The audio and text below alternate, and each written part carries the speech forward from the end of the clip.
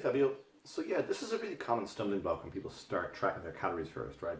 Yeah, it's all going great, and you get your target for the day, and you're kind of floating up on it, and then you come to something where it's actually really hard to figure out how much of each individual ingredient you have, right? So like a bowl of vegetable soup, right? What are you gonna do? You're gonna sit down and look at your bowl of soup, and then think, okay, well that's like 5 grams of carrot, and it's like 2 grams of potato, and a quarter of a teaspoon of flour, and whatever 500 milliliters of water, or whatever it happens to be, right? So you don't know how much of each one of those individual ingredients is in there. And this kind of touches on the whole broader topic of just how accurate you need to be with this stuff, right? The deal with tracking calories is it's impossible to do it accurately, right? So you just have to let go of that right from the start, right? We're looking to get within like 10-20% because that's all we can do, and it's actually all we need to do, right? So when we're in a fat loss situation, of course, we're trying to get into a calorie deficit. So we have this idea of what your maintenance calories might be, and then we're trying to eat like 10, 15, 20% below that, probably more like 20 or 30% I suppose, below that in order to achieve some fat loss. But like, none of these numbers are fixed, right? Because your maintenance calories aren't fixed. Like, there's no way to measure exactly what your metabolic rate is every day. There's no way for us to count up how many times you tapped your foot, or exactly how many times you walked around your house, looking for a glass of water or something like that. The little changes in how much energy you expended due to changes in temperature in the day, how much you slept, what your thyroid levels are today. So the number we have for your maintenance calories is always wrong. It's just approximate. It's like it's good to within 10-20%. So we don't even ever know exactly how much of a calorie deficit you're in. We're just aiming for a roundabout figure. And then on the other side, on the calorie intake, it's actually impossible to know that accurately as well, right? So even if you did go out and break out your weighing scales and you make sure you always have 100 grams of rice on there, and that says it's always like whatever it is. I don't even know how many calories that is, 100, something like that, who knows. But anyway, it's probably more than that. Doesn't matter. The point being, like, not every grain of rice is the same, right? Because biology doesn't work like that. Maybe some of them will have 5% more carbs than others, and maybe some of them will have 5% less carbs than others. It'll average out over time, but on each individual bowl of rice, you don't know just because it says 100 calories in MyFitnessPal that that's actually 100 calories. It's wrong, right? You also have to look at like how these things are derived to begin with, right? So when we're trying to figure out that, like, how many calories are in rice, what scientists, we don't do this, scientists do this, food scientists specifically. What they do is they take the rice, they put it in a little thing called a bomb calorimeter. It's like a little metal jug. And what they do is they set it on fire and they measure how much energy is released from it, right? Which is a really rough proxy for what actually happens to food in our bodies. Like, we talk about burning calories, but we don't go around setting things on fire in our cells, right? That's not what we do. So that's not the same way that we extract calories, energy, and heat in the lab versus chemical energy in our bodies. That's not the way we extract energy from our food. So it's not going to be a one-to-one correlation, right? It's going to be in the right general ballpark, but it's not going to, like, just because we measure in the lab there's exactly 100 calories in the rice doesn't mean that we're going to get precisely 100 calories worth of energy from that rice, right?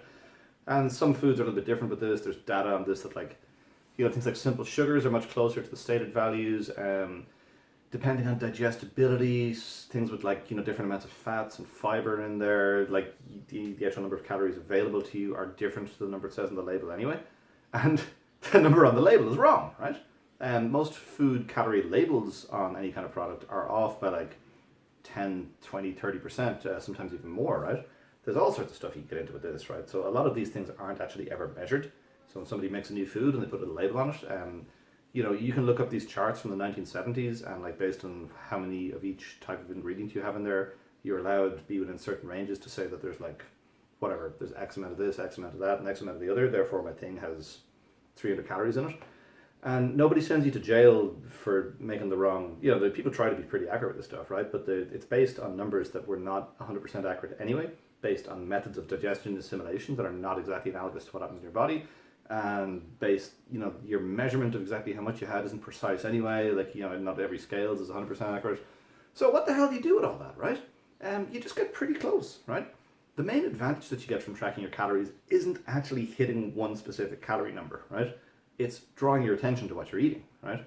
So the MyFitnessPal log isn't there because we actually care whether you ate 2,200 calories, 2,100, or 2,300, right? We want to be somewhere in the range. We want to be, if it says 2,300 on a calorie log somewhere, we know that was like probably between 2,000 and 2,600 most of the time on average, right?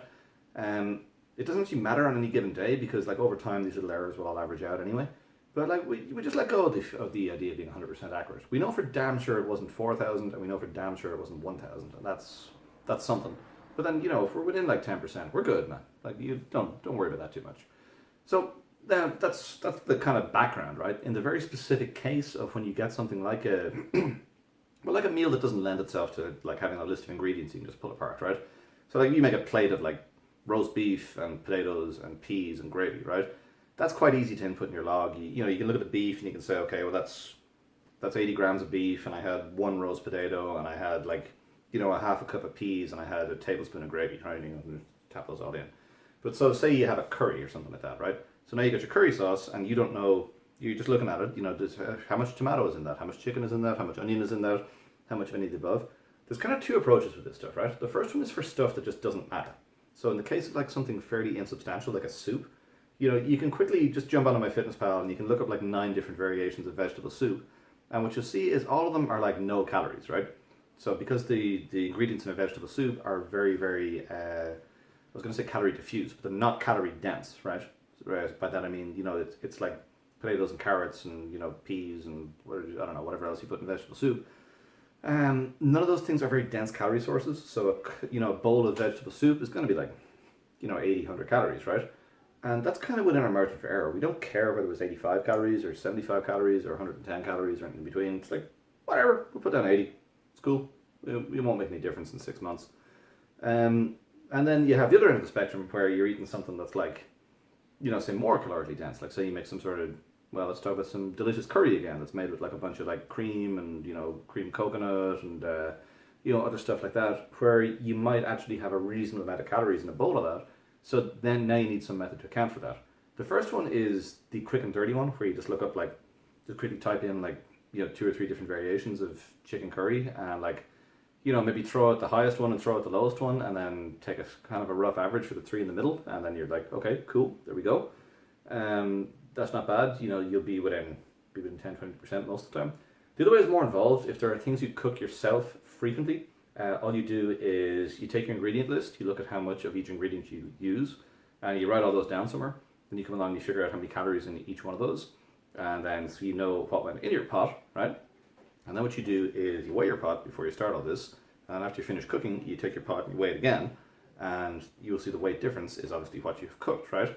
So you have produced 2 kilograms of curry, and you put in, 2.5 kilograms of ingredients, and it had this many calories. You can now divide the total number of things by the total number of calories, and you can figure out how many calories every 100 gram of that thing happens to have in it.